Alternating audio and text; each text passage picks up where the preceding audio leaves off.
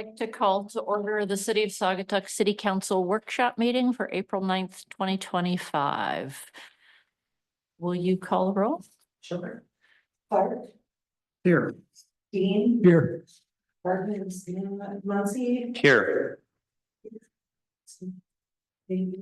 Here. Three of our council members are on spring break today. Did somebody make a motion to excuse their absences? I will make a motion to excuse Council Stanton, Gardner and Peterson from today's workshop. I'll second. All in favor, say yes. Yes. All right, motion carries. Any agenda changes, additions or deletions? All right. This takes us to the first public comment period, which is for anything that is on the agenda for today. 3 minutes. Anyone in the room like to make a public comment? Sure, yeah. As long as it's related to something on the agenda. Okay. Yeah. Good afternoon. My name is Kathleen Quick. I live at 312 Hoffman Street. Pleasure to see everyone today. So my request is I have a house that's in the name of my husband and I. We would like to put it in our family trust. Our son, we only have one son. He's the beneficiary of the trust. He has no interest in doing a short-term rental with this house if we both happen to die. We would sign to that, attest to it, fill out a form for it. We just want to be able to move it into our family trust because we're making it our primary residency. So that is my request. Thank you. Thank you. Thank you. Anyone else in the room?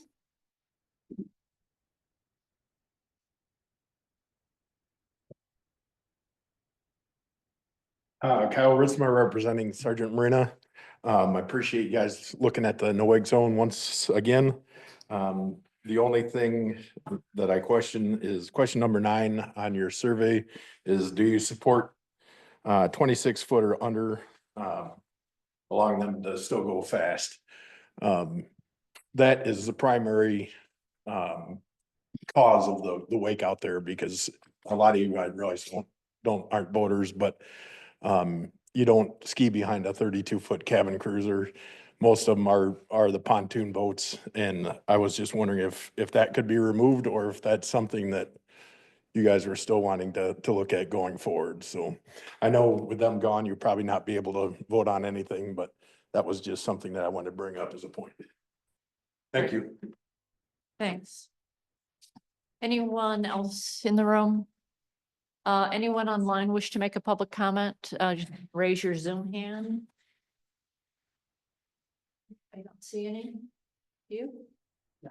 Okay. Then we'll close public comment and move to the approval of minutes. Ryan, do you want to give an overview of minutes approval changes? Yeah, just essentially, in reviewing our practices, going forward, you'll be seeing since your workshop's kind of the next meeting after your regular meeting, that you'll see the regular meeting minutes on your workshop agendas for approval, and then your workshop meeting minutes will then be on your regular meetings for approval going forward. Great. Can I get somebody to make a motion to approve the minutes? I'll make a motion to approve the minutes from our city council regular meeting meeting on March 24th, 2025. I'll second that. Great. Is this roll call or voice? Voice. Before we vote, any questions or comments? All right, all in favor, say yes. Yes. Yes. And no opposed. Okay, minutes are approved. Takes us to discussion items, beginning with 6A, the Tri-Community Wildlife Committee recommendations. Ryan, Scott, one of you want to set that up? I can just briefly kick it off as the council, well, good afternoon, first of all. The council knows that the Tri-Community Wildlife Committee has been hard at work for several months now, doing several meetings, conducting a lot of research and review, and they've had a lot of public comments. They've done some surveys. They've come up with a set of recommendations and have provided a sample resolution for each municipality to consider adopting.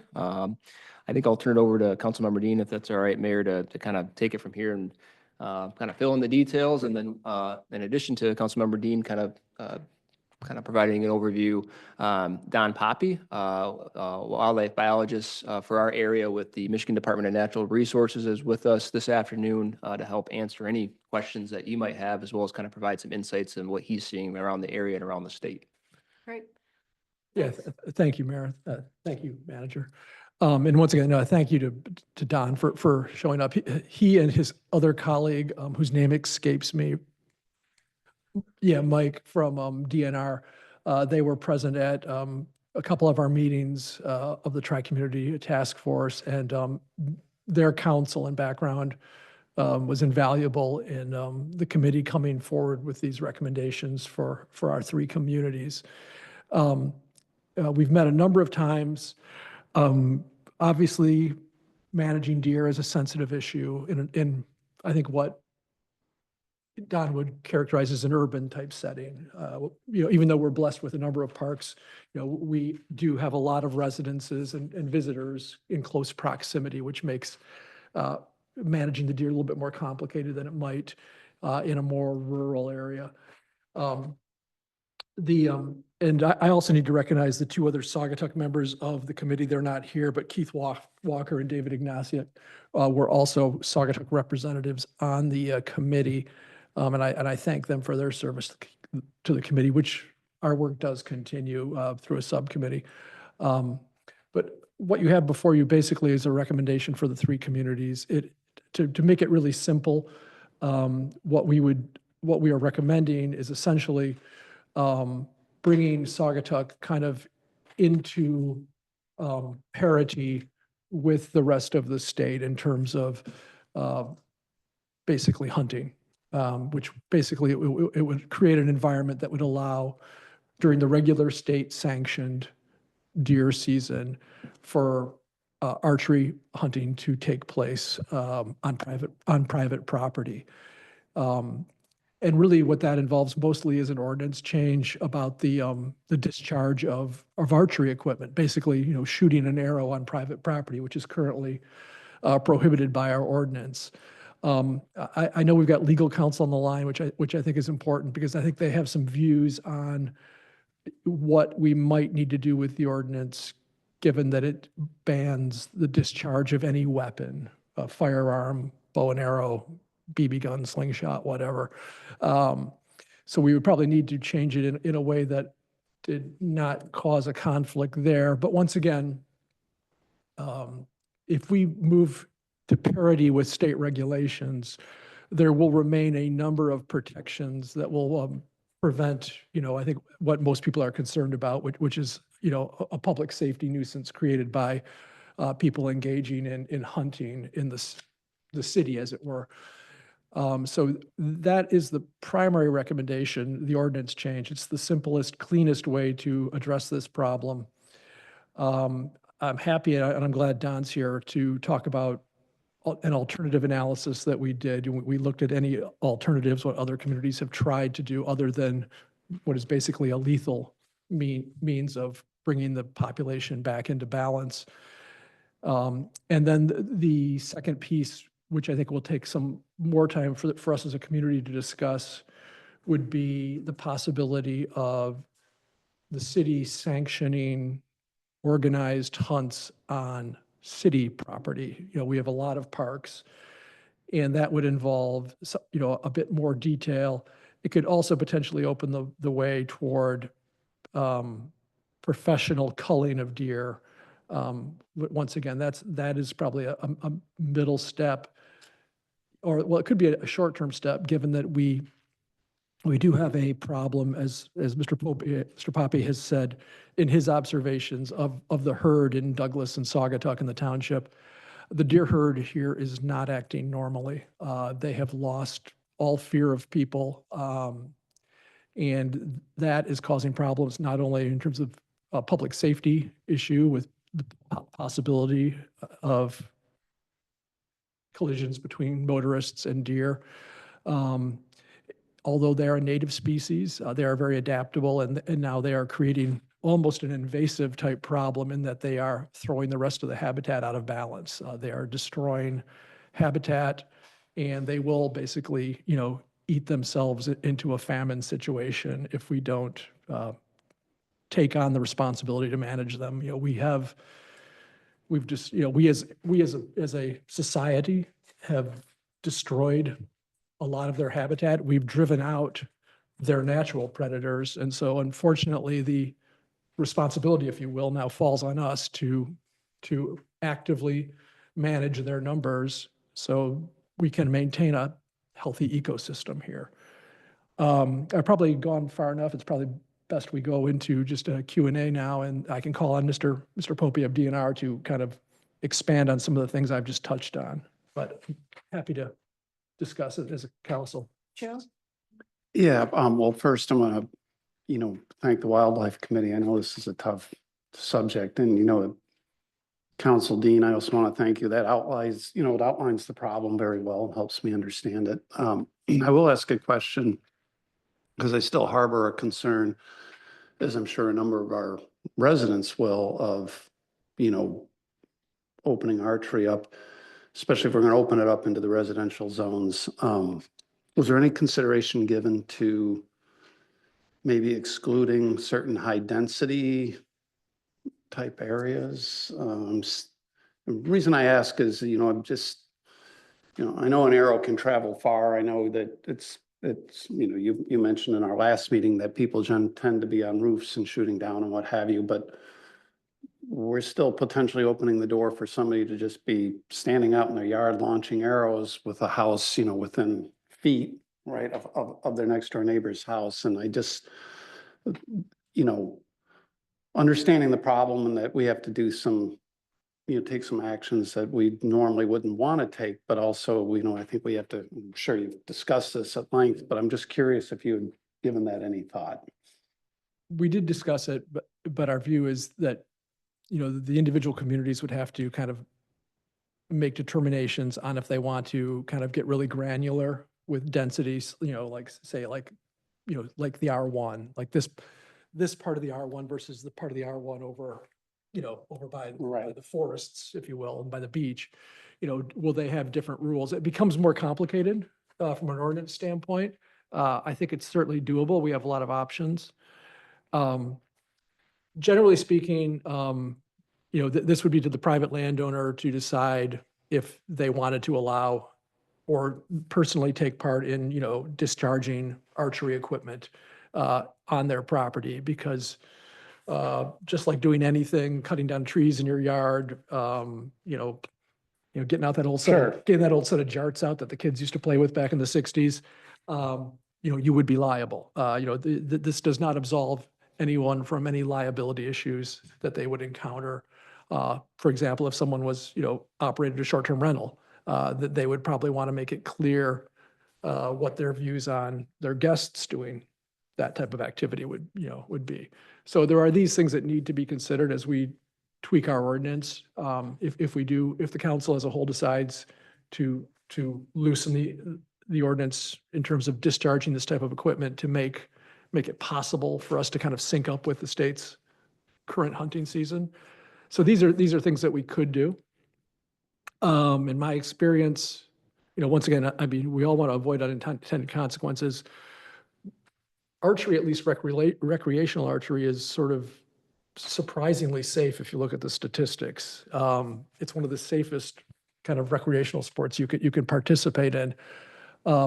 This would be a discussion for Parks and Public Works, but there could even be an opportunity to create in some of the parks, an archery range, so people could do their practicing, outside of hunting season, at a park. It's a possibility that could be explored. I don't know if our parks are suitable, but I think, Douglas or, the township could have archery ranges as well, which would then provide people with an opportunity to engage in this activity in an even safer manner than what is generally considered to be a fairly safe activity. And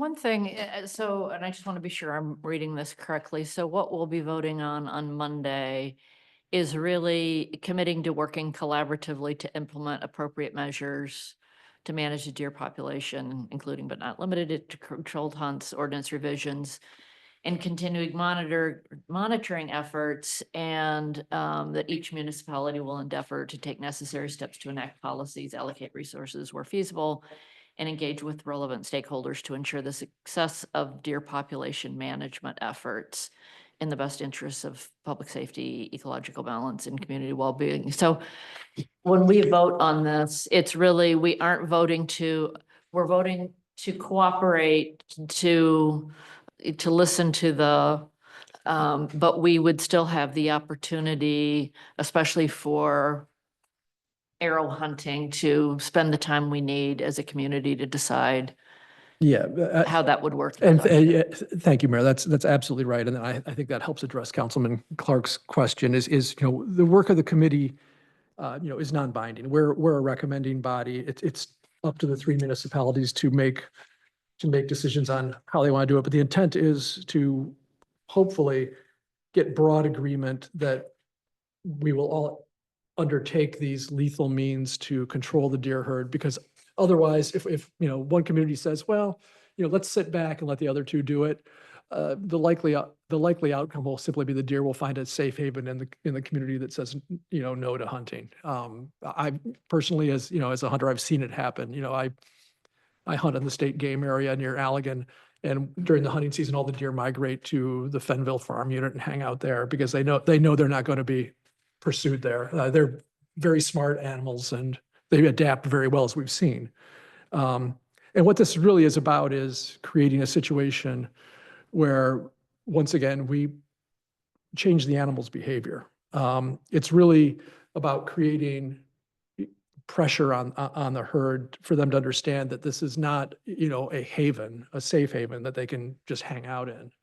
This is sort of the objective is to stop them from coming in knowing that this is a kind of a safe place for them to be.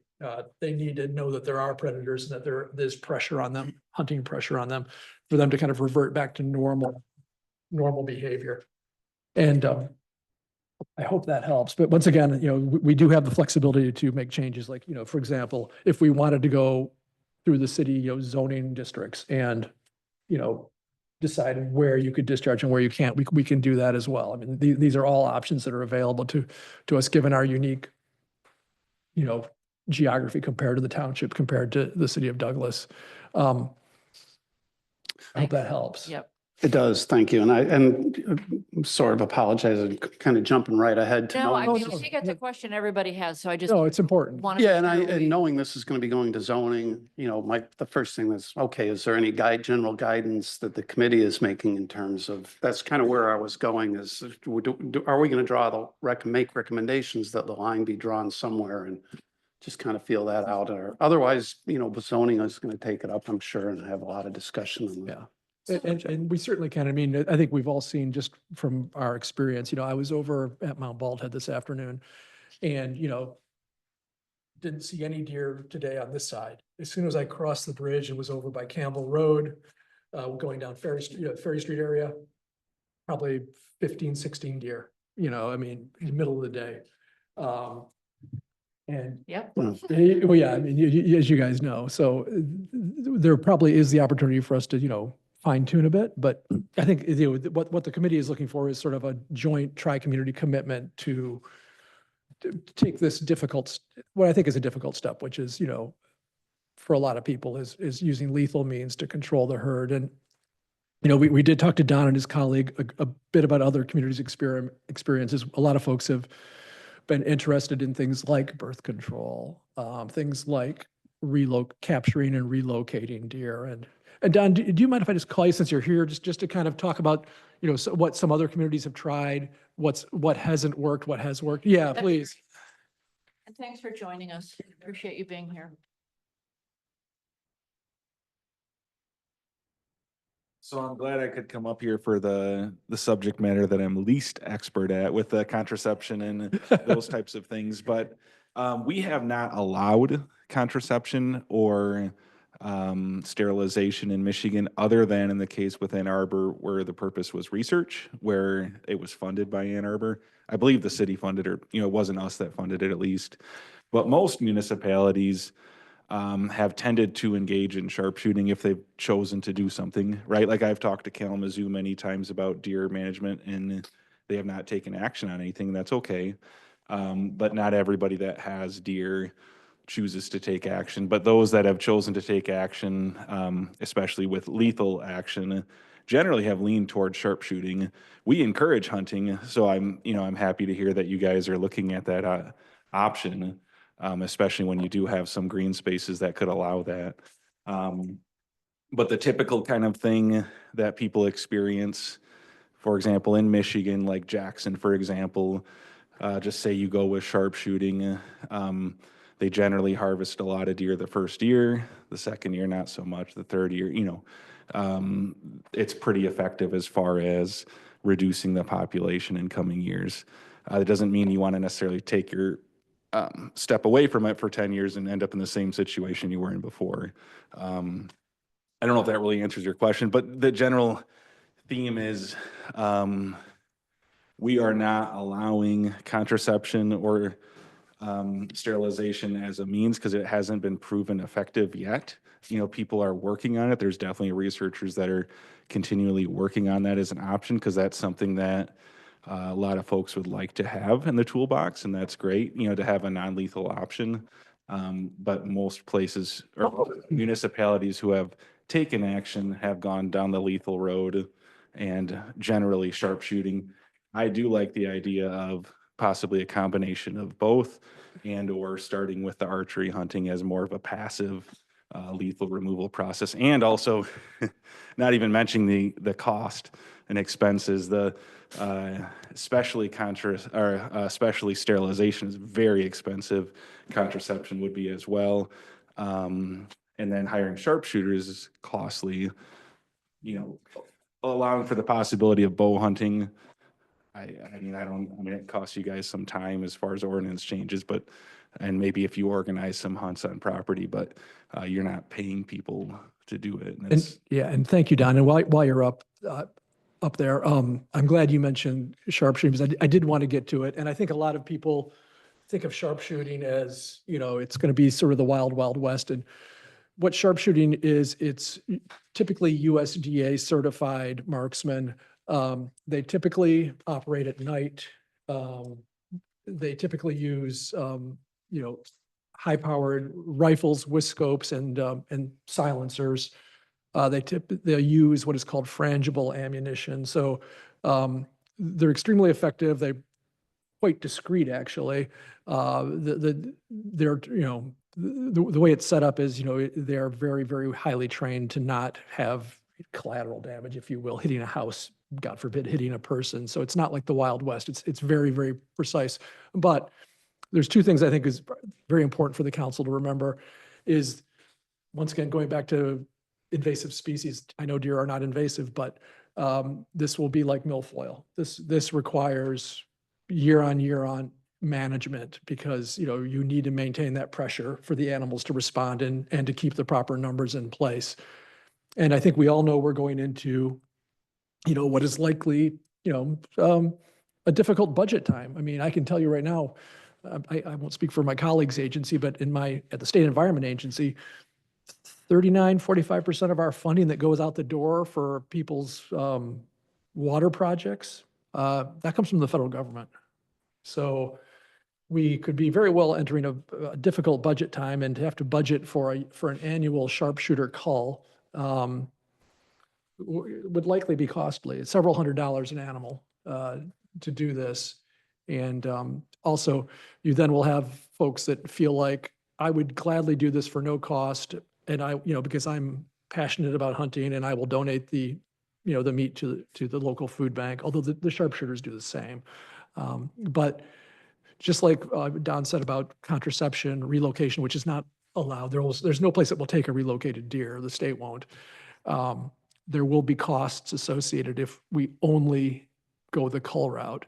We are going to recommend as a committee for quick short-term relief, because there is a lot of damage being done, a short-term investment of the three communities to kind of quickly get things moving.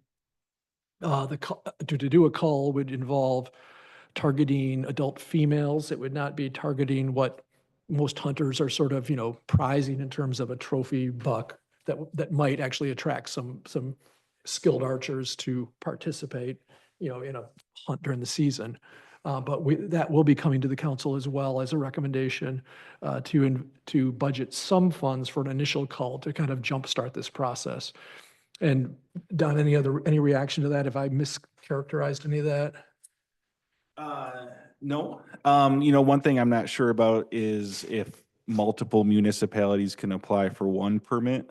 Okay. If you ended up, going the call route, or if each municipality would have to apply separately. I think if possible, and you Yeah. guys were working together, we would try to do it on one permit, although it's not necessarily a huge undertaking. But there's some information for the permit that I know I don't think you guys have all seen that I shared with Lisa from Douglas. With the 3 communities, sometimes I get everything confused, Yeah. but there's if you did apply for a culling permit, there's a plan that you have to put together with, it's not anything that you probably haven't already assembled. Yeah. But I wouldn't think that you would need 3 separate plans, Right. for each community. But yeah, that cull route would be the permit, and the culling for everyone here is, just anything you're doing that's not in regulated hunting regulations in season, like Scott mentioned with, shooting at night, for example. That is not a legal way to hunt currently, so, Okay. and you might choose to do it in the winter in January or February when people aren't out and about as much, so. Yeah. And just one last thing, Don, before I let the council grill you. I was very taken with sort of your drive around. I think the first meeting you joined us, you had been out in the community kind of observing, and could you just share with the council kind of some of the things you saw and some of your impressions on what the issue, we have is? Yep, I actually live in Battle Creek, which might sound kind of strange because I'm stationed at Allegan State Game Area. But my wife also works for the state, and at the time we got married, she worked in Lansing. Now she works in Plainwell, which is perfect anyways. Maybe we'll be residents of the county someday. But living in Battle Creek, I'm near a big city. Urban deer is something you hear about. It's become quite popular for bow hunting as well. And what I'm getting at, the point of that is I'm not often in Kalamazoo or Saugatuck in the evenings or mornings. I mean, I could drive over here in the morning and take a spin around. So a lot of times when I meet with people like Kalamazoo or yourselves, I haven't always had the opportunity, though I should take that all the time, but I haven't always. But for here, I did have the opportunity, and it was a textbook kind of urban deer situation with deer bedded down in yards in the middle of the day, and which is, again, as Scott said, I mean, that's abnormal. That's not usual. They're not afraid of people. Deer are very adaptable, so they can make that habitat, right? There's good, tasty bushes, and then nowhere are you far from water here. That doesn't mean you have to do something, but they are not behaving like normal wild deer. And obviously this isn't a wild situation. So I guess I would just say I took a few photos. I should have taken more, to kind of, so I'm not always giving the same presentation when I do present to folks. But what you guys have here in some of these areas, and when I was driving around, I don't know exactly all the areas I saw necessarily, but you have a situation with deer that anybody would take pictures of and use as an example of, having an urban deer issue. So at least to just stay, that doesn't mean you have to do anything or do something or not, but at least to put it into the context of, it doesn't look like you can just drive around and not see any deer and be like, hey, what are they talking about? There's no deer here. It's like, oh my gosh, you guys have deer just sitting in people's yards and standing next to the road. So a question and again, I know we're not going to be voting on this, but we have you here and we can point our absent council members to watch this. So for communities that do allow the bow hunting, and so you have a sense of Saugatuck, how close houses are together, at least around downtown. Talk about the safety of that and what other communities have experienced. I need to do some research. I'm not sure that there are a lot of communities that have gone down the bow hunting route. Okay. Now, there are a lot of examples of townships areas with neighborhoods where bow hunting occurs where there's not an ordinance. Because you just typically with the city, you typically have a discharge ordinance. Your definition for weapons often is archery equipment and firearms. But there are many township outside of city areas that just haven't, and maybe have always not had an ordinance. So bow hunting has always happened. So it's hard to give a good, and there may be some good examples out there. I know in Michigan, people have tended to just go with the sharpshooting route, though we always recommend bow hunting as a good option. But I can talk more about the safety of bow hunting. Okay. I recently tried to find, any situations or records of like a bow hunter shooting somebody. And I couldn't find anything since like the 1940s. It's kind of, I don't know why it happened, but there were more instances. I guess this goes for all hunting safety, whether it's firearms or bow hunting. Those situations where hunters have shot other hunters or people walking around the woods have gone way down, and they've gone to where I can't find anything for bow hunting. I'm not saying there's not anything out there. Now, bow hunting can be dangerous to the hunter, as far as using tree stands, and people every year falling from tree stands or potentially injuring themselves with a knife or a sharp broadhead. But the idea of, a bow hunter with a short range weapon of typically less than 20 yards, mistaking a person for a deer is just not something that happens anymore, thankfully. So the safety thing, and then with the range of an arrow, if you do shoot it at the right angle, it can go, I'm trying to think what they actually do flight shooting, and I don't know if it's 1,000 yards or what the flight record is, but arrows are short range weapons, even if they're pointed in the air. And that wouldn't be a hunting situation, of course, but it is a good thing to bring up that, people could start target shooting in their yard, and hopefully the people that are aware of ordinances existing and then going on wouldn't be doing that, because that's pretty irresponsible. But just like the act of hunting, people are often in trees. If you're on the ground, the trajectory of an arrow is a rainbow. So it's not, it's going to end up in the ground very quickly. So that I don't want to say there's no safety concerns. There's a projectile in there. There 100% have to be responsible every time you shoot a bow and arrow. But it is just far and away not like a firearm, and it's a short range projectile that is quickly hitting the ground. Thanks, Don. Yeah, and by and large, almost all hunters that I know of that participate in archery, they typically will shoot from an elevated perch, from a tree or a stand of some. So they typically are shooting downward. And once again, the ranges we're talking about for any responsible archery activity are, sub 40, like 20 yards, 30 yards. That's the typical safe, ethical archery shot that you would take during hunting season.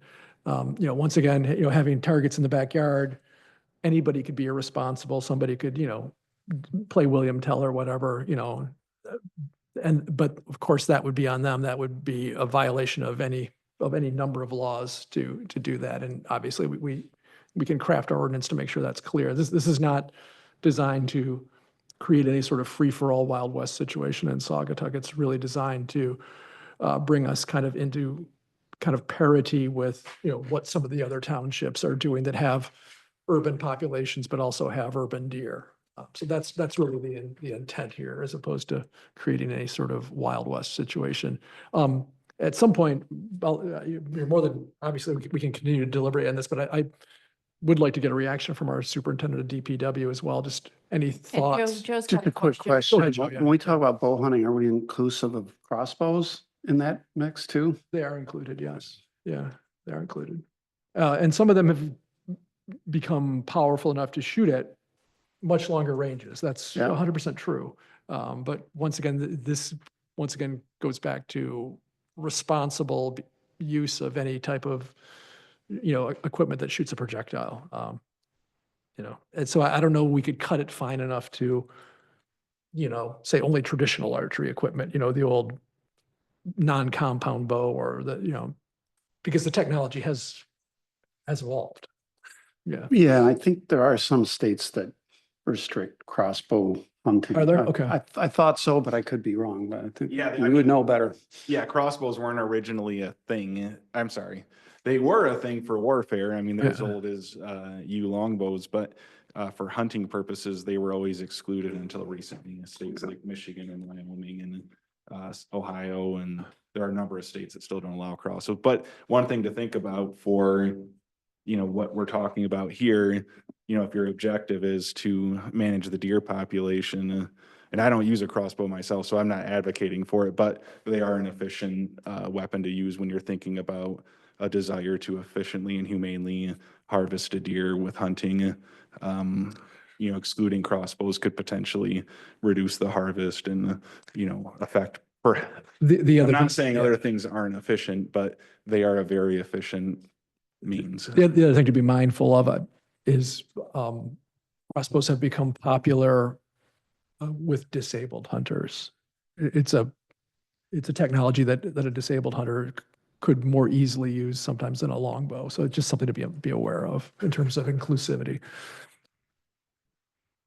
Anything else, Don, that you want to just share with us? Yeah, I mean, I guess I could just say from listening to some of the things you guys brought up, those like the points about where you might repeal an ordinance if you do. Those are good things to consider for sure. And I think probably what would more likely happen is kind of what you said, you know, maybe people target shooting. The reality of like where hunting might take place is, like Scott said, it's permission of the private landowner. People aren't likely, and I don't know the whole area really well, but like people aren't likely to try bow hunting here, you know, behind a shop or something. I assume you don't see as many deer around here either. Or maybe you do? Oh, no, we do. Yeah. In fact, that one is kind of a pet around town that's been hanging out and people are following it online. I'll wake up at 4:35 on Sunday mornings, and I'll see a whole group just walk down Butler Street. So Okay. we've seen quite an increase. And my friend Kimberly CJ, who live across from almost every day, they see several. And that, like you said, they just lay down right there in the yard and just chill out, Yeah. you know, This is- it's just odd. Well, I stuck my foot in my mouth then, but at least acquiring private permission to hunt down Main Street would probably be very difficult at least. I would think. And once again, this doesn't take away from individual property owners' rights to say, no, I don't want people to discharge it on my property, or even, I don't want you to come onto my property to collect a deer that you've shot. And that's the other huge piece of this is, you know, this is a statewide rule, is, you know, a hunter anywhere in the state can't just simply trespass to collect a deer that they've wounded or shot or are pursuing, and you know, they can't do that. So there are those, once again, protections for private landowners that don't want that. One thing we might want to consider, though, as well as we fine tune this as a community, is, you know, let's say just hypothetically, you know, the Dune Ridge neighborhood or the Oxbow community organizes a hunt. You know, we would probably want as a city to grant permission for hunters that have shot a deer on private property to collect it on public property. So we don't have a bunch of, you know, dead shot deer lying around that are being wasted then, you know. So we probably want to look at things like that, even if we don't want it to take place for liability reasons on city property. So we probably want to consider a blanket sort of, you can collect a deer from public. City land. property, Yeah. right? But I would like to, Yeah, if there's no more questions for Don, Yeah. I would like to invite Scott up to give a reaction, because he hasn't had a chance to really absorb this yet, so. Oh, thanks. I guess I can wear a couple different hats on this. You know, one from the public works standpoint, you know, I don't have to elaborate on the problem. We know how bad of a problem it is. It's everywhere. And I have no idea how that population on the west side of the river is controlled, other than on some very rare exceptions. When we're snow plowing early in the morning, we'll see the deer tracks, you know, when the river freezes over. That deer are walking across the ice, and they'll escape the west side of the river that way. Other than that, there's really not much that's going to control that population. But you know, I'm not a deer hunter myself. I have done it before. I've never harvested a deer before, but I have been raised around this stuff. And you know, one of the from a safety standpoint, I had to remind myself of it because when I was, I think 12 or 14, I forget which age, I took hunter safety course. And so just every hunter, I would think, with integrity is going to follow the safety rules of basic rules of hunter safety that they teach from a young age, which is always treat weapons as if they're loaded, keep the muzzle or aim of it pointed in a safe direction. And then the third one is really relevant in a more urban environment, which is you have a duty to be sure of your target and what is beyond it. And so that's very fundamental to the sport. And then keep your finger off the trigger until you're ready to shoot. So those are just some of the basic safety rules of it. And people wear, hunter orange, and there's a lot of safety measures in place that would certainly you'd want to be mindful of holding people accountable to those basic safety measures. Great, thanks, Scott. Any other questions? So again, the vote on Monday will just be the last two sections, so it's agreeing to cooperate. And I personally, I'm fine with that. I mean, obviously we need to talk more before we figure out how to approach it. Just in Yeah. specifics, did I characterize that how you see it, Ryan? Yeah, unless there's objection, I think the resolution that's in the packet that was, drafted by the committee, certainly needs a little tweaking to make it specific to us, but essentially, I mean, obviously the whereas clauses kind of talk about the work and what they've come up with, but yeah, the therefore be it resolved is really ultimately what you're committing to. Great. Any other questions before we move on? Thanks again, Don, and thanks, Scott, for weighing in and making us all smarter. And I'll send the timestamp to the council members who aren't here so that they can watch this. Thanks. Monday. Okay, that takes us to an additional historic marker at Coughlin Park, which is on page 11. You want to tee that up? Yeah, I certainly can, Mayor. We have Eric with the Saugatuck Douglas History Center here today. He was here with you, I believe it was in the fall when, and reviewing some additional markers. There's going to be an additional marker that goes in Village Square, and then another that will be placed on the west. It was the West Chain Ferry Landing. It was the east. Maybe I'm mixing those up. But anyways, they have one more marker that has come up as an opportunity that he wanted to present to you, where we would potentially be adding another marker at Coughlin Park, this time up near the main sidewalk to kind of replace an older stormwater management sign. So I think if it's all right, Mayor, I'll turn it over to Eric to maybe talk about their thoughts on this one and then kind of what kind of history they're looking to present on there. That's great. Thanks for joining us, Eric. Great, thank you. Good afternoon. Back in the fall, I'd come to you and was really pleased. We received approval from council to, with staff input, to place two markers this spring, summer 2025 at Village Square and at the West Side Ferry Landing.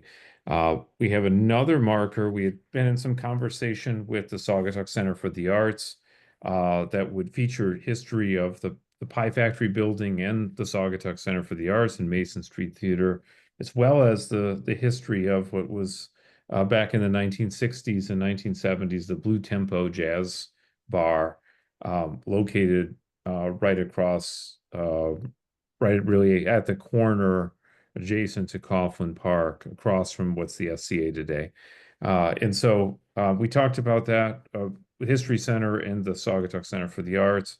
And agreement that placing the marker at the corner, that northeast corner of Coughlin Park nearest the main sidewalk would be the best location, and would also have the benefit of replacing a quite kind of worn and kind of out of date interpretive sign that's there at that location. So I included some photos that made it into the packet that show that location, and I have some additional photos I can send of that wayside. Many of you probably walked by there. So requesting approval to place the marker there, removing that wayside and replacing that with one of the historical markers, following the format of the other ones across Saugatuck and Douglas.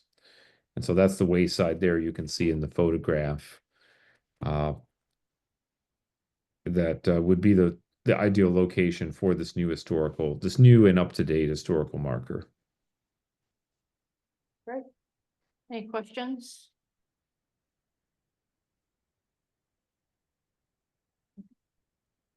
Okay, I think it's great.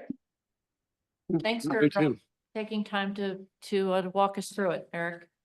Absolutely, yeah, thank you. We're really excited about the project, and we'll be making pending approval, we'll be announcing this shortly, both in the commercial record and through our communication at the History Center. Perfect. Thanks so much. Okay, that takes us to recommendations for renaming the old airport property, which begins on page 15. Scott? Okay, thank you, Madam Mayor. Yeah, kind of a fun one. It's pretty straightforward too, so it should be fairly quick, but definitely interested in generating some feedback at this time. But back in January during strategic planning, council expressed an interest in having the Parks and Public Works Committee take a crack at developing a list of candidate names for the airport property. Been called a lot of different things over the years. So the February Parks and Public Works Committee, that desire was brought to them, and they made pretty quick work of it. So they pushed a survey out through SurveyMonkey, the city's Facebook page, and then the school also pushed it out too. And that survey was open from March 11th to the 25th, so a full 2 weeks, in which 98 responses were gathered at that time. So at the March Parks and Public Works Committee, we reviewed all of the responses to that survey and developed a list that's in your packet. The number one choice that the Parks and Public Works Committee liked were the Saugatuck Wilds Nature Preserve, and then just for the sake of being thorough, I'll just quickly read the rest of them. Saugatuck Wilds, Saugatuck Nature Preserve, Saugatuck Flyway Preserve, which was kind of a nod to the initial intent of the park, Saugatuck Whispering Woods, Saugatuck Sanctuary, and Saugatuck Woods. I think at this point, open to hearing any feedback that the council might have on that initial list. Why wilds? Why is that plural? I mean, to me, Saugatuck Wild Natural Preserve, but wilds, just wondering. I'm not sure. I do know that a lot of the responses from the high school involve that term. Okay. Other questions, comments? I was able to attend the meeting, and I think the committee did a really nice job. I think they need initially, and you can see this from their recommendations, realize that it should be branded Saugatuck, given that it's not contiguous to the city limits. So I think that's smart. I think wilds is sort of, wilds like like a prairie, I'm not a prairie, but like a forest. Like wilds is like an area, if that helps.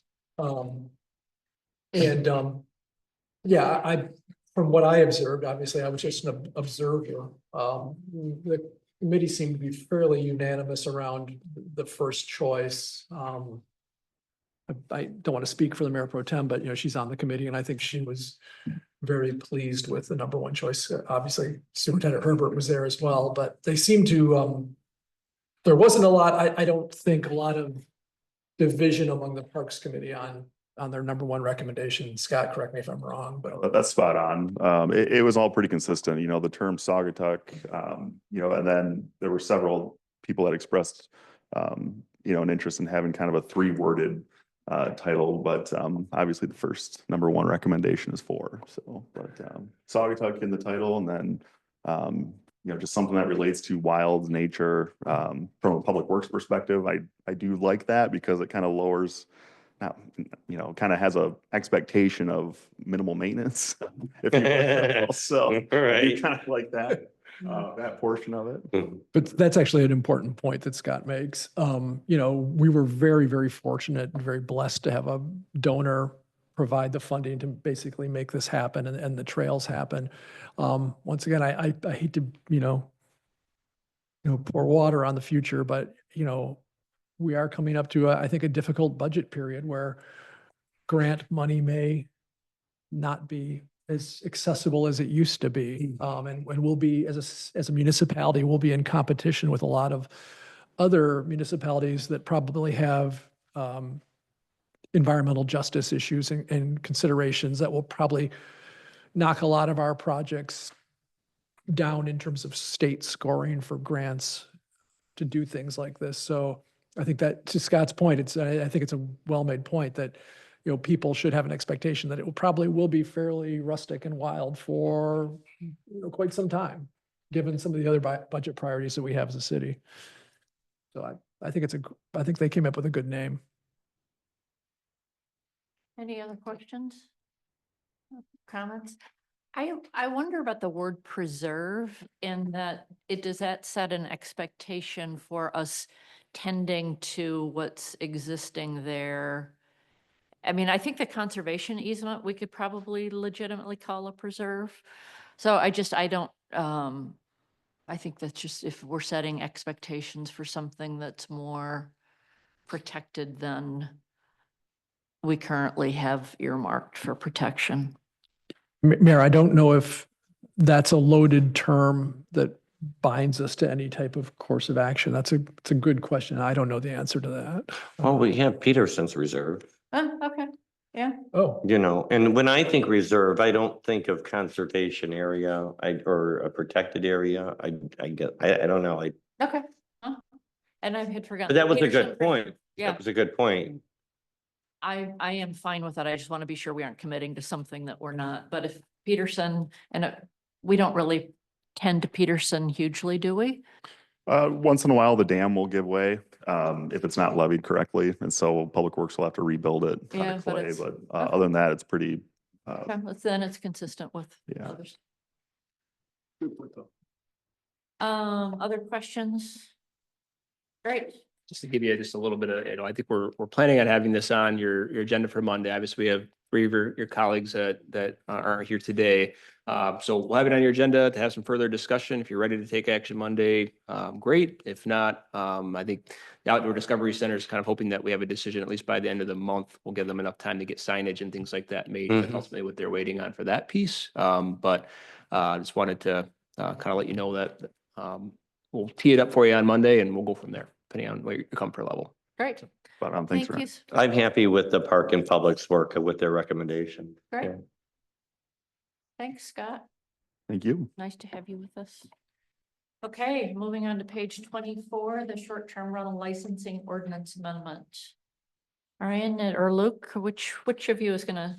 Yeah, I mean, it's your last regular meeting, there was a request to table the ordinance to kind of take a look at some additional language to account for some transfer situations that occurred primarily prior to the cap going into effect, and that has since impacted some properties that had a transfer and may not have quite realized the ramifications. So if it's all right, Madam Mayor, I know we can't see him right now, but I know Mr. Whitty is on the Zoom call, and maybe I'll let him walk through the wording and changes that he made. Yeah, sure. So most of the amendment is as it was the last time the council considered it without my supervision.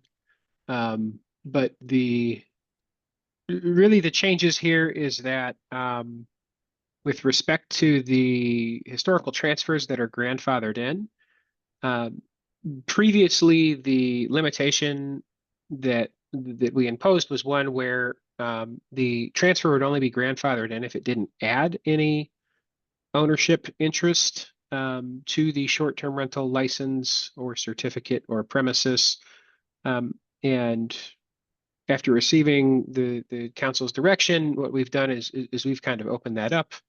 And so now any transfer of interest, and again, a license, a certificate, or property used for a short-term rental that occurred between August 26, 2021 and March 5, 2025 it is going to be essentially grandfathered in. So those two dates, the significance of them, August 26, 2021, if you had a short-term rental certificate issued on that date, that's like the oldest short-term rental certificate that could be in existence on the date that the caps took effect. And then March 5, 2025 is when the council started discussing this.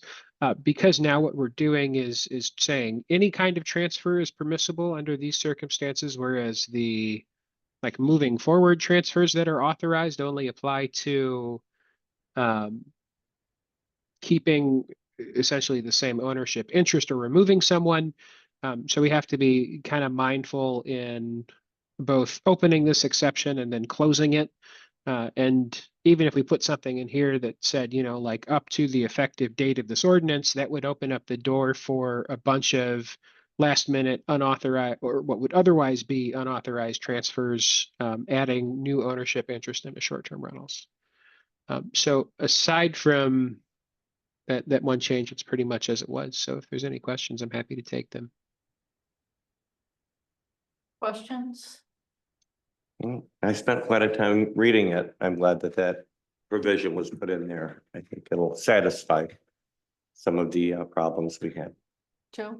How many licenses or certificates are impacted by this right now by count? Do we know? I think Luke could give you an exact idea. I know it's no more than 15. Yeah, please, Luke. So I identified that essentially it's either 14 or 15 short-term rental licenses had a different ownership now than they did when they were granted. So at least that many. Yes, though some of them, Right. so the ones of adding, and how many are adding an owner? Because some of them are dropping an owner. So it's not super obvious for me to tell that, to be honest, because if you're going from, you know, a couple who owned a house and they put it in an LLC, all I can see or all I've, you know, discovered is that they've put it in an LLC. Okay. It does. I don't necessarily know for sure that the people who own the LLC are the same owners. You know, it could be going from 2 to 6. I think this language would grandfather them in, essentially allowing that transfer, which has already occurred, to continue renting. We know of at least 3. So the Alex Weir, it's, you know, there was no addition of ownership for there. Correct. The people on Manchester, one They dropped dropped. off of that. And I think you said last time that somebody's spouse had died. Yeah. So we know that they're at least, so it's maybe 12. Yeah. And I can do a Or deeper that would be dive the if you want. It's not always. I could do a deeper dive prior to Monday if you'd like, but Yeah, unfortunately, we wouldn't know that until they actually submitted their Right, proof of yeah. ownership document. Right. And that's not gonna happen until they actually yeah. submit the application. So at this time they submit now, the key here too is that, you know, if they fall under this scenario, they have to apply within 5 days of the ordinance taking effect. So obviously we have to pass the ordinance, it has to be published, and then, you know, we have a clock that'll start running. So but that's the key. This isn't an open-ended forever. They could, you know, decide later to apply. I mean, there is a time frame, but at the time that they submit an application, they'll have to submit proof of ownership. And at that time, we'll be able to tell and can report back to you on how many maybe fell into this scenario where, you know what, they switched to an LLC or a trust, they added some members that would have otherwise not, you know, been allowable.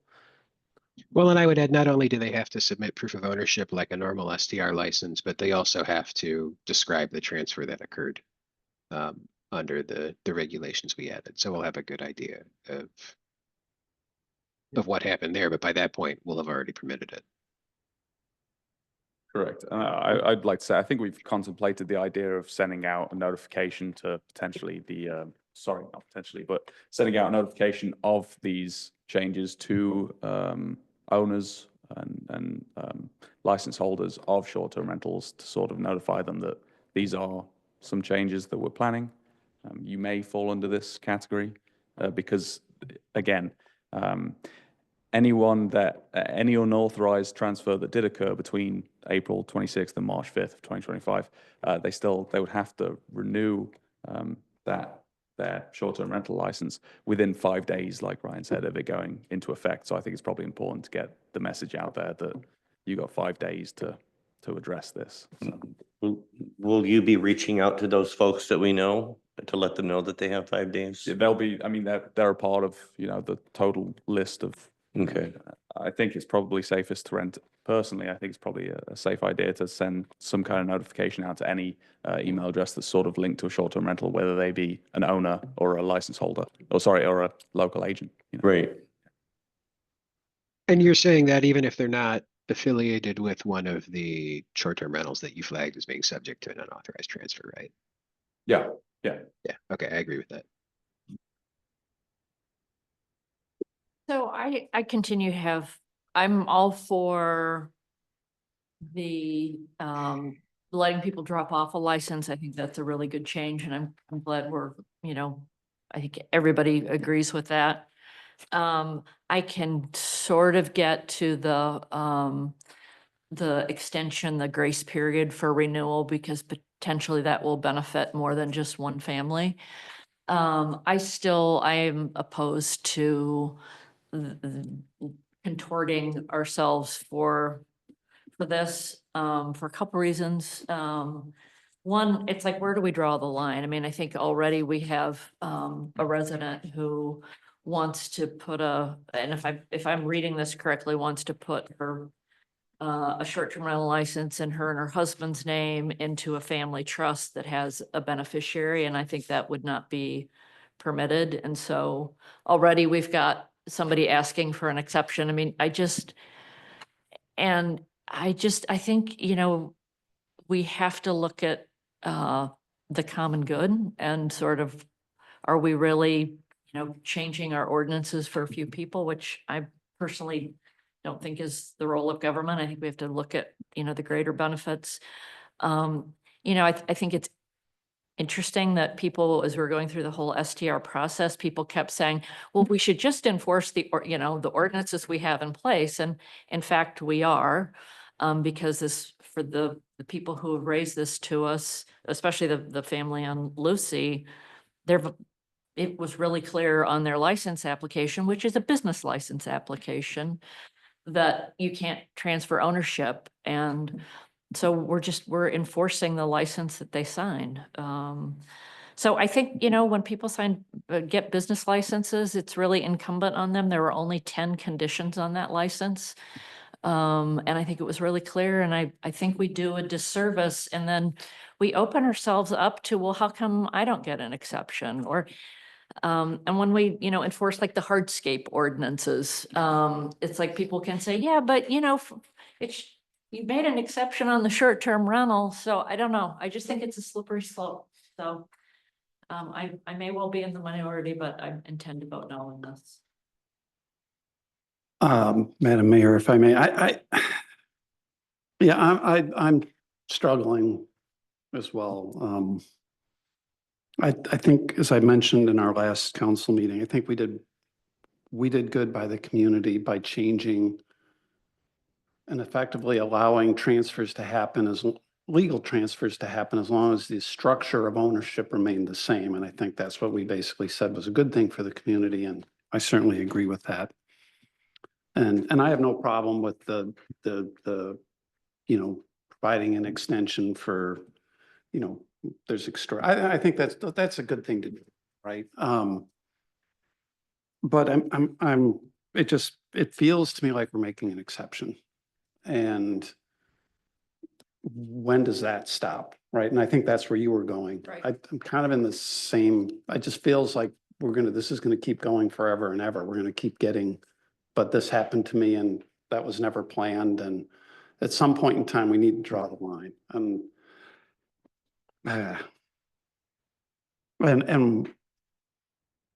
I'm just going through the numbers in my head, right? Last time we talked, we had 1 or 2 exceptions, and now this is opening it up to potentially 15. And I'm trying to wrap my head around that as well. So it just feels like it's just continues to creep. So I'm not, saying that I'm not going to vote in support, but right now I have to get my head around this and I'm not fully on board. Gregory or Scott?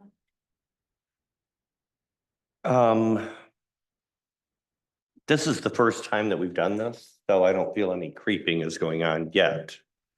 I don't know. I don't know. I can't say what else is going to come up. I'm not gonna,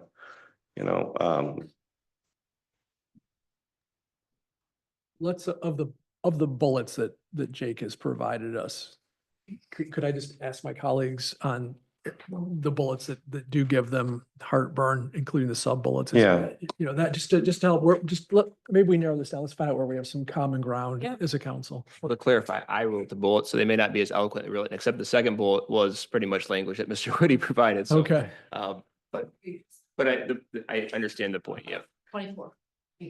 I think I'm hearing, and once again, I don't want to get ahead of the rest of the council, but it sounds like we are in agreement on the late application of the first Yep. bullet. I think there's Yep. consensus already there among the council. Right. And Agreed. I don't want to speak on behalf of the absent council members, but the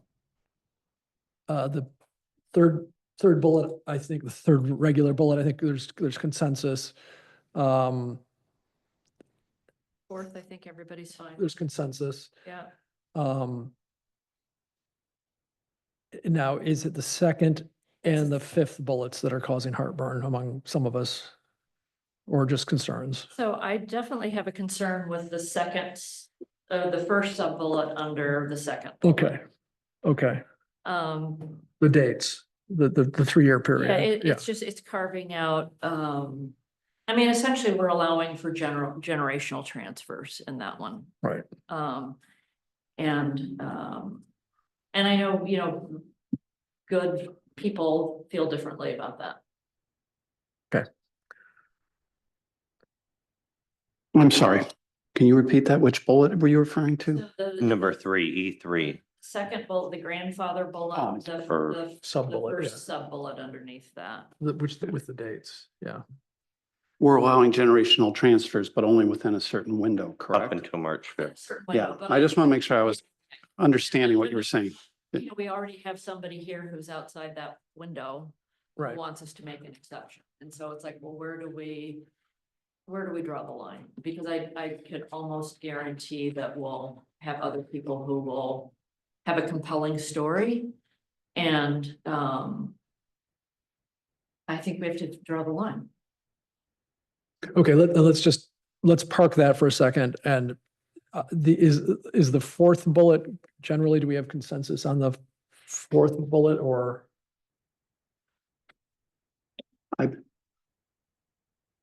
I'm okay with that because that's essentially saying we're preserving the ownership structure and allowing people to use legal mechanisms to protect their interests. Mhm, It's right. Cool thing to do. Is because of the grandfather piece, is the fifth bullet also problematic for some members of the council?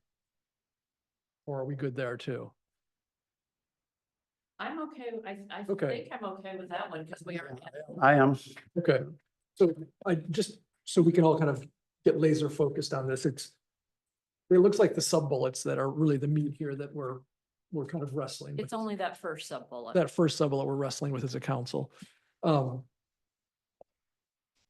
guess, some of us on the council, once again, I shouldn't speak for my other colleagues in the council, but I think the sense I'm getting from our past deliberations is that, there is a desire on some members of the council to sort of, without diluting the ordinance, without creating a loophole, without weakening the ordinance, to sort of, given that this was a fairly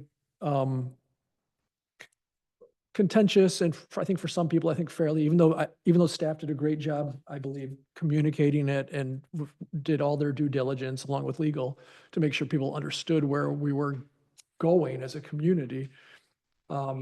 I think it's possible that some people may have, for whatever reason, and I'm not saying that everyone's being 100%,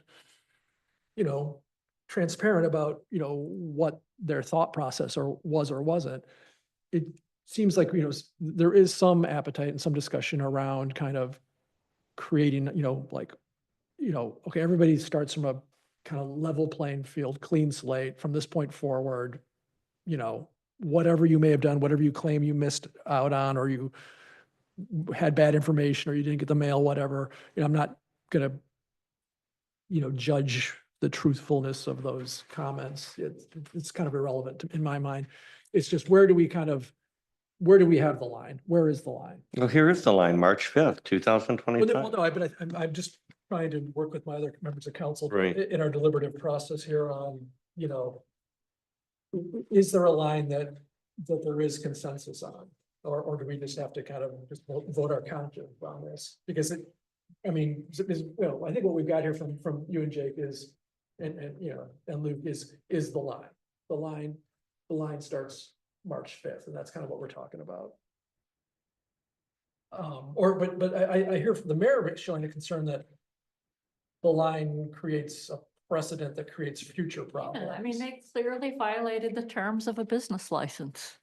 And, you know, I feel bad. I mean, you know, I do, and I feel bad for the property manager. It sucks. But, you know, it's a pretty simple business license. You get a short-term rental license to make money, to monetize a home in our neighborhood. And, it was a simple form. There were 10 requirements. This was number 8, prohibits transfer of ownership. And, you know, I think we should enforce our ordinances. It's pretty simple. And we're locking in 2 more generations of running a business in our neighborhood, and I'm not okay with that. But I mean, more importantly, I'm not okay with having ordinances we don't enforce. Well, and to a certain extent, we're rewarding that behavior, correct? Because as I understand it, right, if there was a transfer and it could have happened on August 7th, a property transfer could have occurred, essentially voided the certificate. And this allows them now to get and maintain a license, correct? I just look at it So in that, other words, I'm sorry, Oh, go I'll be done in a second. sorry. So for almost 3 years, that property's been operating outside of the boundaries and essentially operating without a certificate.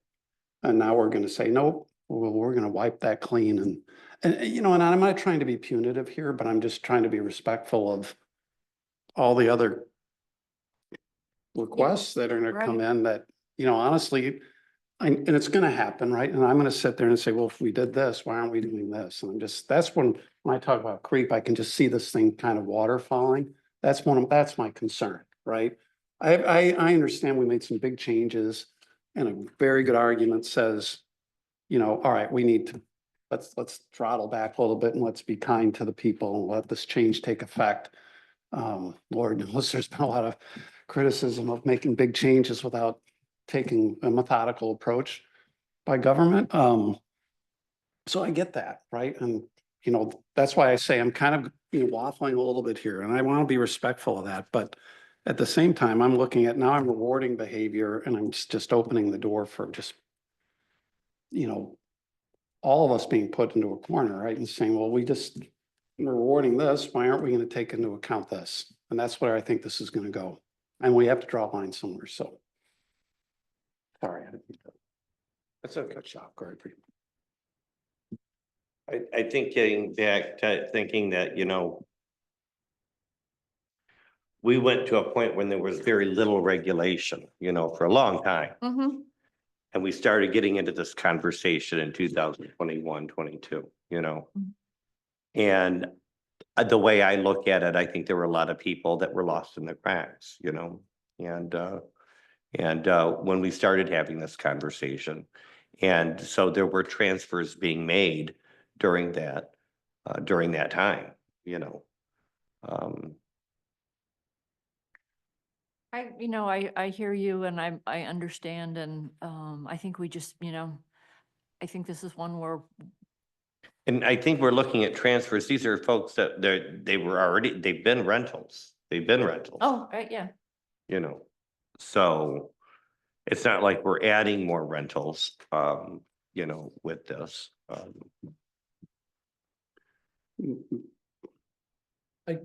let's be clear, right? a property could have been transferred, it could have been sold, it could have been a commercial transaction to an entirely new set of owners who never put an STR, had a refiled for, or filed for an STR certificate. Yeah, I guess the cases that I've heard is what I'm saying. The cases that I've heard have been rentals, so. Mm. I don't know all 15 of them, you know, or whatever, you know.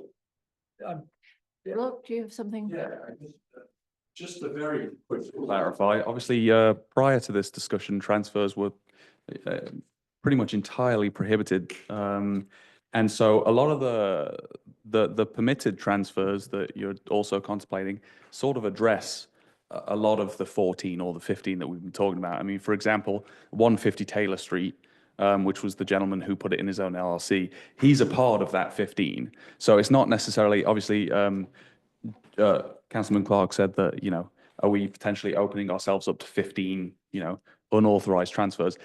All transfers were unauthorized before this, and some of those 15 would now be, you know, permitted transfers. So just wanted to Understood. clarify. Okay. Thank you. Okay, anything else before we move on? Well, we have the benefit of having Jake, and he wasn't here. And once again, no disrespect to Trent, who did a great job at our last meeting, but I guess I'd just like Jake's reaction on, Stop sharing so we can see Jake. yeah, on Councilman Clark's comment about sort of, you know, I think what you're saying is you're concerned about creating a precedent. And I think Yes. you as well, Mayor, creating a precedent. And just, Jake, your council views on, you know, are we creating a dangerous precedent in this ordinance if we have this sort of window here from, you know, So, yeah, from a legal perspective, I don't think so. Really, no one ever has any kind of vested interest in an ordinance either changing in the future or not changing. So it's really up to the council where they draw the line and whether and when they decide to revisit the ordinance again. As to whether you're going to create some kind of expectation from a policy standpoint, I mean, I think that's up for you to decide. But it really is up to you guys, as long as there's some kind of rational basis for it, to determine how these licenses and certificates are regulated. And I mean, where my concern comes in is, are you unreasonably interfering with someone's vested property rights? And I think that's where the discussion turned to allowing owners and operators to drop someone from their LLC, because that is a protected property interest that they have, and sometimes that's beyond their control. With respect to people adding new members and especially transfers cut out of whole cloth, that's not so much a situation where a protected property interest is arising. So really it is just a policy decision for the council to make one way or the other, as to whether you think this is appropriate. But from a legal perspective, I don't think there's anything that, you know, someone else who isn't encompassed by this exception can come and force the council to amend the ordinance again. so potentially, just so I'm clear, March 5th, 2025 could easily be defended as a hard line, you know, complete, full stop, we're done. You know, so somebody that said, well, I was watching what you guys have been discussing between, you know, March of 2025 and today, and I want a piece now too. So this would basically cover this period of sort of deliberations, debate among the community. I mean, it sounds. Yeah, It's so that deadline wasn't necessarily chosen for a particular legal reason so much as a practical one, and that's to make sure that we're not ushering in any transfers that were done, I would say, almost in bad faith or as an attempt to game the system, knowing that the council has transfers on the table and that there might be some slack cut for them. But again, because you're dealing with individuals who don't have protected property interests in a license or a certificate because it was voided due to violating the city code, It's really, you know, again, it's one of those things where the council can draw the line where it sees fit. If it wants to use a different date other than March 5, that's up to you guys, but it's a fine place to draw a line. Great. Anything else? Just a Joe? final Yep. question. I mean, just amongst us council members, is there any reason why we're going back to, I know why we put August 21 in, but does it make sense if we are going to do this, that we don't reel in the date a little bit, or? I'm just throwing it out there. I haven't really thought it through, right? But, Jake, do you have thoughts on that? Is it, I'm assuming it's because it's the longest period that, I understand why. okay, so. Yeah. Yeah, so that, and I think Luke can probably speak to also that a lot of the times these issues are encountered when someone shows up and tries to renew a certificate or a license or turn their certificate into a license. And that's the first time that the city would have the opportunity to find out about it. Gotcha. Okay. Okay. Great. If nothing else, we'll move on to. I do appreciate the 5-day waiver. though. Yeah, yeah. You know, I brought that up right Yep. away and I just think that that's gonna make it a little bit easier Yeah. for folks that in fact, you know, we saw one case, if that comes up again, Right. so. Yeah.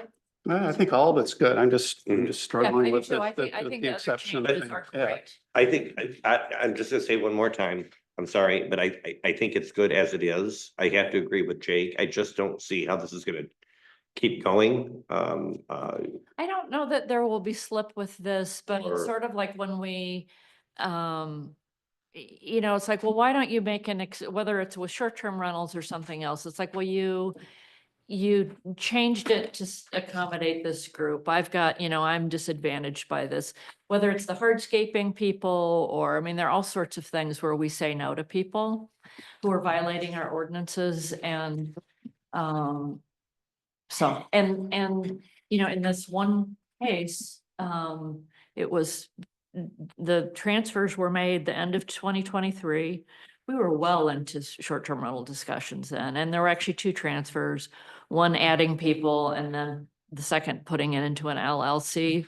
So that was a business deal, you know, and I just, you know, I draw a harder line and I appreciate that people don't, so. No, I completely get it, Mayor, and I'm not doing this out of, I'm not considering this, deliberating on this out of sympathy. I do think there were people that probably tried to, you know, try to outsmart what they thought was coming. Some of them probably had bad advice or took bad counsel in terms of making a snap change. But I have to recognize that this was probably one of the most difficult and complex issues that this municipality has dealt with. Because I think as Councilman Muncy did say a moment ago, frankly, things were very loose in Saugatuck Oh, yeah. regarding our ordinances and our regulations. And, you know, I think people sort of got used to that looseness and, you know, oh yeah, I know somebody who will tell you the workaround or something. I mean, that's kind of what I campaigned against when I ran for council is that, you know, we had to get away from the days where, you know, there was handshake deals at the Butler, you know, which is what people have said to us, you know, which I think we need to get away from. So I am very in favor of these rules and having these things. I just, you know, I know this is consequential to a lot of families and a lot of people, and I'm not sympathetic in terms of maybe if they thought this was a clever thing to do or a way to get around, but I just have to sort of think that, you know, this was hard for everybody and people, for whatever reasons, and once again, I 100% support staff and legal's efforts to be clear, to communicate. Your chairmanship of the task force was absolutely stellar. Both of you served on the task force along with some people that now found themselves kind of afoul of the ordinance.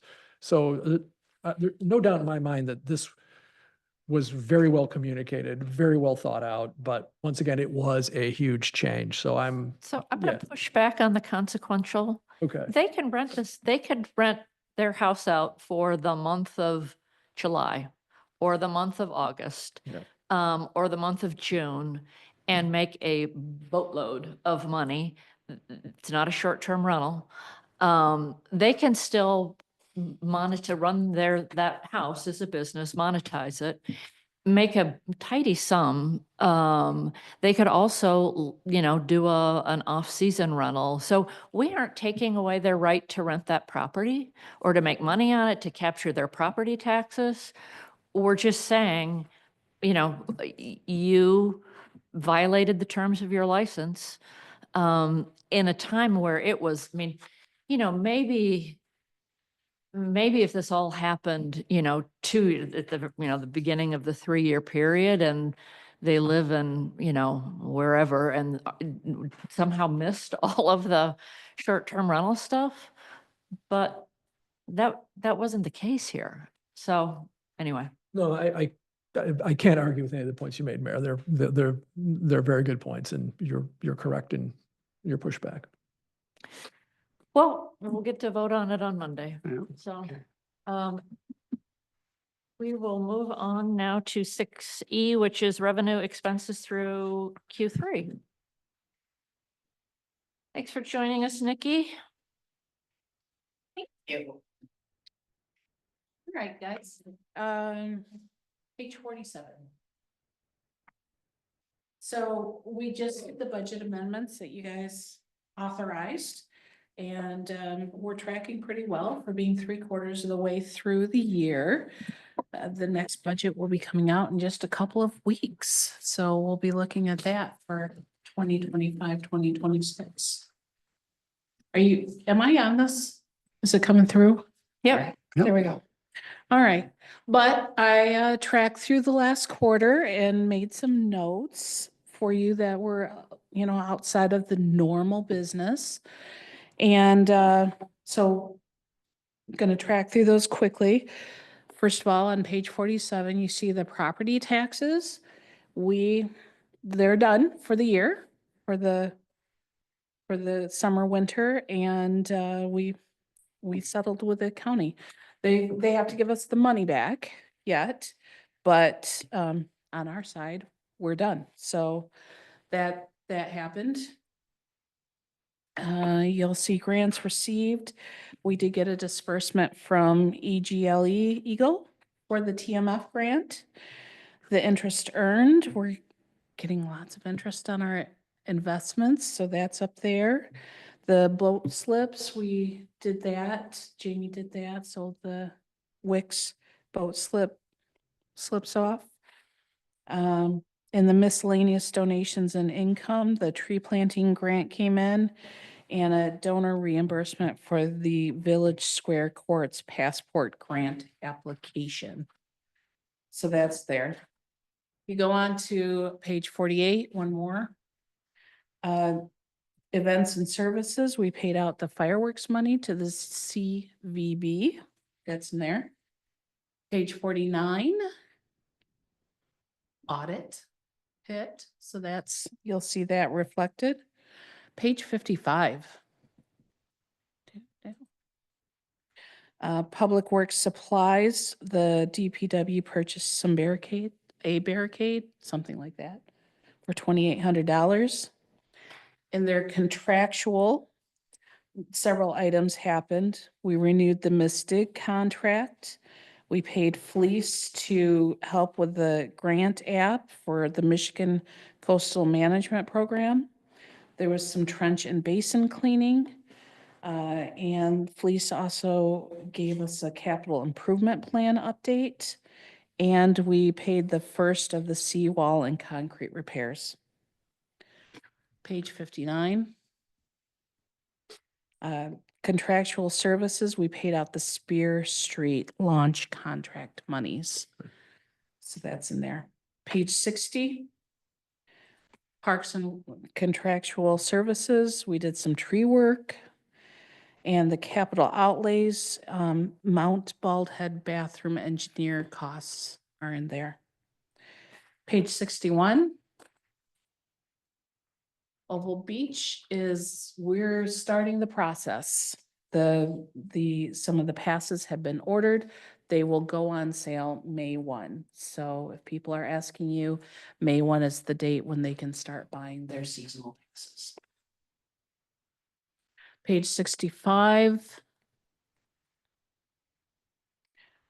We received our Act 51 snowplow monies, so that's in there. And the winter road supplies that are referenced are rock salt. And page 73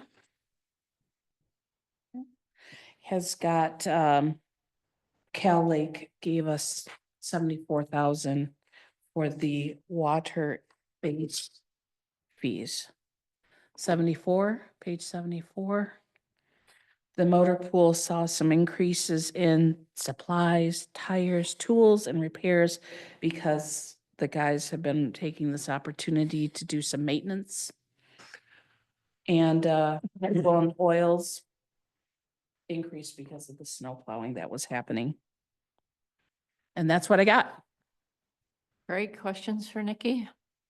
Just a quick one, Mayor. I remember a few years ago, we sort of got behind and ran into a bit of trouble with the cemetery fees. Are we on track and up to date with that? And They just gave us a bill. You'll authorize it next Monday for $6,000. great. Okay, thanks. Anything else? Yeah, but just add real quick, we'll talk about this some more here in a couple of weeks for, as we present, the budget, but, some of the projects that we were, hoping to get started are, the bathrooms at Bald Head, in particular, is a project that's, budgeted this fiscal year, and, I think we're close to getting something back to you soon, but some of those costs may end up over a couple fiscal years or being pushed to next fiscal year because, there was delays in getting that started. The scanning project and scanning all the files in the basement, we just weren't able to get on the schedule this spring as we were hoping to. And so we're working on to get on the schedule in August or September. So another thing that we'll push next year. So I say all that to say that, we're trending well for this year. We may have some projects that get pushed to next year, but we're still obviously planning on them. So you'll see some of those things kind of repeated in your budget next year. And then obviously there's a lot of additional projects, capital improvement projects that are coming where, we're really going to tee up using some of those fund balances to really start chipping away at your capital improvement needs that's on that capital improvement plan. But we'll go through those details much more in depth here in a couple of weeks. So. Great. Thanks. Nice job, Nikki. Thank you. And anything else before we move on to our investment status report? Take it away. All right. So our portfolio is sitting at 11.8 million. This is split over the general fund, the major and the local streets, the water sewer fund, and the motor pool. And our investments focus on safety, liquidity, and yield. A large part of our monies are currently sitting in Michigan class. That stands for Michigan Cooperative Liquid Asset Security System. But they're currently holding a highly competitive interest rate and provide incredible liquidity. So the monies go in, they're not stuck there for any specific length of time. We can draw on them. But they're also very safe and stable. To stay diversified, though, we also hold CDs and one treasury bill. So we keep that out there. So the commercial paper is actually class? It's Michigan class. Gotcha. They actually do more than commercial paper, but it's a way for me to easily Understood. point out the difference that's sitting there. So we invest with Michigan class and which pools funds for municipalities specifically and invest in a diversified portfolio that includes the commercial paper along with other high quality short-term securities. You would think of Michigan class as a safe mutual fund for public entities. We invest in the pool and the pool spreads our money across many safe short-term investments, including the commercial paper. We get daily liquidity, competitive interest, and peace We have several CDs and one T-bill maturing in the upcoming quarter. Ryan and I will sit down and review what expenditures might be needed and decide if we need to maintain higher liquidity. But if that's not a factor, we will probably just roll over the CDs to maintain that diversification and to keep up relationships with the various financial institutions. Thank you. Questions? Well, having watched the news most of the day, Nikki, thank you for something that made me feel good for a Yeah, I change. know, it's, Appreciate About the only thing. it. We should all be municipalities these days. Yeah, this is very calming to look at is. compared to what was on the news today. So thank you, Right. Nikki. Yes. We Wow. use Michigan Glass in urban and very high yield. We're very happy with it there as well, so. Anything to add, Ray? Yeah, if I could just, add this on, obviously as municipalities, we're limited on what we can invest in. We can't just go take, municipal dollars and purchase stocks, right? So, so we are limited in our options here. Luckily, we're in an environment where we have some favorable interest rates, where, we have, significant amount in our fund balances and our savings, and we don't want interest to erode the purchasing power of those dollars. So that's what we're trying to, constantly kind of, it's great if we can stay ahead of that, but at least make sure that we're not eroding that purchasing power. So just, general fund, for example, this year, I think we had started the year budgeting $100,000 in interest. Our amended budget had it at 160. Right now we're at $188,000 in additional revenue, or total revenue and interest earned this year that's helping us keep that purchasing power going as we move forward. And it's nice to have, like I said, obviously going forward, our interest rate environment's kind of, it's kind of interesting looking at all the conversations that are happening out there. And as we're doing your budget, we've been having conversations about it too. What's that, still conservative number to leave it at, looking at what we're going to spend likely to spend next year and cash flows that are needed. So, yep. That actually was my next question. So the 11,829.64 is the total that's of the fund balances that are actually invested in these instruments, correct? That is correct. And do you know roughly the percentage that is of the total balance of the funds? No, I would have to look that up for you. I just for my own curiosity, at some point in time, it doesn't. Yeah, I think the bank right now, I think we have, it's just about $1 million that are separated out. Otherwise, we have it predominantly either in CDs or Michigan So Class. most because of its the liquidity. fund balances right now are sitting in the investment. Yep, pool in other yep, areas. because of how liquid Michigan Class is, that's why we, chosen Because you to have the use that. liquidity, you can take it out. Exactly, yep. And then, just as a, would be great to see the year over year numbers, and just, again, the accountant and the side of me would love to see, the progression, if we can, in other words, what's our total fund balance today? What was it last year at this time? Kind of would probably help the council, I think, just understand that a little bit. Yeah, certainly, we can We put can together just add that some. into your Yep. report. I have to talk to my boss. Yeah. What was the last part, Joe? I'm sorry. Oh, and it can just be added into the report, so we can. Oh, I see what you're saying. kind of see. Yeah, yeah, This absolutely. is where we were last year at this time. This is where we are now. Yep. Yep.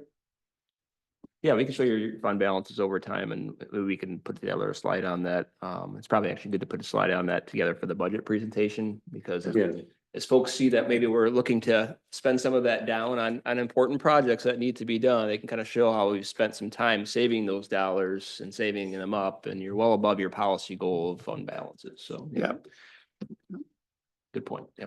And I know there's always puts and takes, and you can't necessarily accrue liabilities that are going to hit your fund balance and things like that, but it's still just a data point, and you see like a big swing in the numbers, might not want to why. Yep. Okay.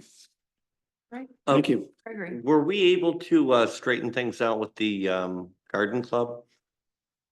Yes, that will also be on next Monday's Okay. authorization. You'll see that in there. Okay, thank you. Yeah. Great. Nikki, thank you. Thank you, Nikki. Thank you, Ryan. Mhm. Okay, we are now at the purchase of water barricades, water-filled barricades. which is page 78. You wanna cover that or? Yeah, I just Scott, kind of you wanna wanted cover to just kind of discuss this a little bit with council at at least your workshop meeting. I sent an email to all of you last week, just kind of explaining some of the some more operational details related to parades and parade safety and recent meeting that, you know, the fire department, sheriff's department, our staff here had to kind of discuss a plan going forward for this season and how we wanted to handle parade safety. One of the pieces that we've been kind of talking about and evaluating, and we tested some water-filled barricades actually back during the holiday parade. But coming out of our recent meeting, I think the fire department is recommending that we look at purchasing some water-filled barricades to kind of help with some of the pedestrian areas. They've kind of looked at some different options. In fact, I just talked to the chief this morning that the size of what he initially kind of put together, we might make a few modifications to that. But all of that to say, I don't anticipate the pricing being a whole lot different from what you see here. I just kind of, you know, the amount is within my, you know, purchasing authority and it's not something we specifically budgeted for, but we do have dollars available in the budget, as you just saw where we're at as far as end of third quarter. So I just wanted to touch base with the council, make sure that there weren't any concerns with our approach and kind of maybe building up a stock of some water-filled barricades to help enhance some of our parade safety as we go forward. Great. Just to be clear, since we have the superintendent here for Parks and Public Works, we're good with the division of labor. PPW will place the empty barricades and the fire department is committed to filling them and. Yeah, that's exactly right. So as we prepare for parades, we've got traffic control devices of some sort at numerous intersections around the city. And so setting these out in place for the use of the parade event wouldn't be a big deal at all for Okay. us. And then fire department would actually be the ones using it. You know, logistically, we'd probably, you know, Public Works hasn't directly used these in the past, but, you know, in my mind at least, how it would work, you know, we would set these things out in areas defined by our emergency services and safety professionals. And then they would probably just remain in place until not only the parade is done, but then the crowd kind of disperses as well. I'm confident people can navigate around them.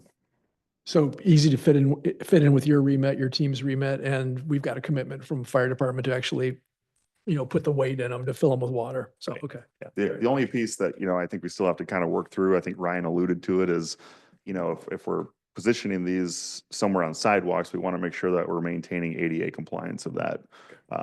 So that might warrant a reduced size barricade. Do they have to be emptied before you move them back, before you pick them up? And Yes. so the fire We're department. really strong. We're not that. Right, I know, but I assumed that. That's why I said that. So the fire department, they're going to empty them as well? No, Or- we will. I think the key for them is just that Public Works will be setting them in place as we're setting out various other pieces of traffic control devices. And then after their position, the fire department will fill them up. And then as Public Works is picking up our equipment, then we'll pull the plug on them and drain the water out of them. Drain from where they're at, so that would be Correct. drained in the street? Yes. And go to the sewer or whatever. Okay. Yeah. I was just Boat curious. races. Yeah, little death races. I guess maybe I shouldn't, well, I will. A special key or device to dewater them that you guys will have to have or something? I mean, otherwise you'd be like, oh, there's a barricade there. I want to move it. I'll just drain the water out myself. Yeah. Yeah. It's a point for us to consider. Okay. Yeah, but having not used them before, it did seem like based on some of the feedback from the fire department, they had some troubles with the plug on the last unit that they had. So, Okay. you know, we'll seek guidance from them and evaluate as we select a specific model. Okay. Keep that in mind for sure. How big are these? Well, initially, I think we talked about having a 6-foot wide one, but we've scaled that back because most of our sidewalks are 5-foot wide. So, Okay. you know, if we're thinking about everybody, you know, maybe somebody in a wheelchair that might need to get through there, you know, we'll have to work closely with fire and police, determine that they're going to kind of canvass downtown and choose specific locations for these. But I would assume that we'd probably have to have them on some sort of an angle so that it's achieving the objective of blocking, you know, like a vehicle from entering the sidewalk, but Uh-huh. still sufficient room for pedestrians. Is 6 of them enough? Because I mean, to me that, you know, that, I was just gonna go there. right, it just, see, I would think we could use at least a dozen of these things, you know? Yeah, I think, you know, slow and steady is a good approach on a lot of these things. You know, I think the key for the avenue of thought, at least for this, is if you can visualize, you know, Butler Street, the main component, if we have all the side streets blocked for vehicle traffic, I think the key would be to kind of have them like right here, for example, on the Where sidewalk. you, so where that- you used to have the other ones, the older Yes, style. and then, you know, that would really block a vehicle from entering into that parade route, Right. and just kind of going northbound on Butler Street on Right. sidewalks. Okay, Great. Thanks. Thank you, Scott. thanks, Scott. Okay, that takes us to the review of the no wake, survey for Cow Lake. Ryan. Yeah, so you've held a few workshops to kind of discuss the slow no wake zone request for Sergeant Marina to make all of Kalamazoo Lake no wake. And so we reviewed, obviously feedback, couple public comments, we reviewed data from feedback from the fire department, sheriff's office, the Department of Natural Resources Law Enforcement Division, the area marinas, and the Harbor Authority ultimately kind of recommended that we do some maybe surveying of the tri-community to get some more feedback, and the council at your last meeting said that was something that you supported and wanted to kind of not only ask folks about making Kalamazoo Wake a no wake zone, but also kind of asking folks' thoughts on other local watercraft control options. So, we discussed that maybe one option is just to simply limit the lake to being no wake for boats that are greater than 26 foot, or extending the area around Sergeant Marina to make it that slow no wake zone just maybe larger around them. We talked about limiting maybe tubing later in the evening or at all times. I mean, so those are all kind of questions that we'll kind of test through the survey. So the city of the Village of Douglas offered to kind of take the lead on putting some questions together, and then sent the questions to the township manager and I, and our feedback is incorporated. But there was a request from a council member to kind of bring it to review it with the council before it went out. So I welcome any feedback that you might have. I don't have I mean, I think they're good questions. I don't have a real strong response. The only one that kind of caught my eye was, well, I actually agreed with Kyle's comment around, targeting the 26 foot, but so I'm kind of on board with that but I also, the question about do you expand the no wake zone around Sergeant Marina? Just felt a little weird to me. I mean, to me, it's more, do you support expanding the no wake zone? To me, seemed more of an appropriate question, but. But yeah, I mean, are we putting a survey out strictly for Sergeant Marina? That's why it kind of came Right, across the same way to me, and I thought maybe just marinas in general, actually, that's a great, should it be all around about all the marinas, because that's where we have it affect people that are, there. I wondered the same thing you did, Joe. yeah, to me, it's, yeah, to you, tie on The to your same point, point. is it, do you support extending the no wake zone to protect the marinas? Right, Or to something protect along the those marina. lines would be the only Right. real. And then I agree about the 26 feet. He's right. The big boats that come through there aren't racing around. No, They're taking their time. It's those little ones that are whipping around that folks seem to have problems with. So that was another one too. Other than that, I wouldn't have noticed that one question. It was the one that you brought up, Joe, that got my attention when I got this yesterday. Yeah. Yeah, I think the questions are good. I guess one thing I think might be helpful for everyone's deliberations, although it varies, right now we're in a low water period. I think it would be useful for the community to understand the depths. I think sometimes people, that are casual observers think Cow Lake is, huge and completely navigable, and it's not. I wonder if it would be helpful for us to get sort of a maybe even averages, from the various years. And we've had high water years and low water years, but I think if people really actually realized where it's even safe to go at any speed. I mean, the area we're treating for milfoil is really not navigable Right. by anything other than maybe a kayak.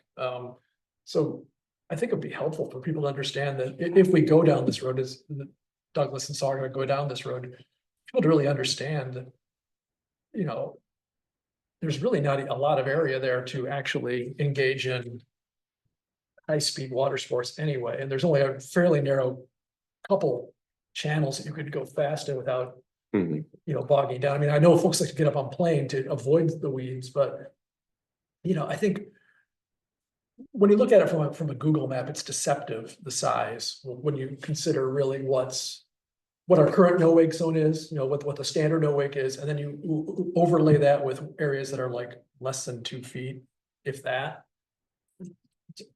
The body of water becomes pretty small, pretty fast, Hmm. you know, so.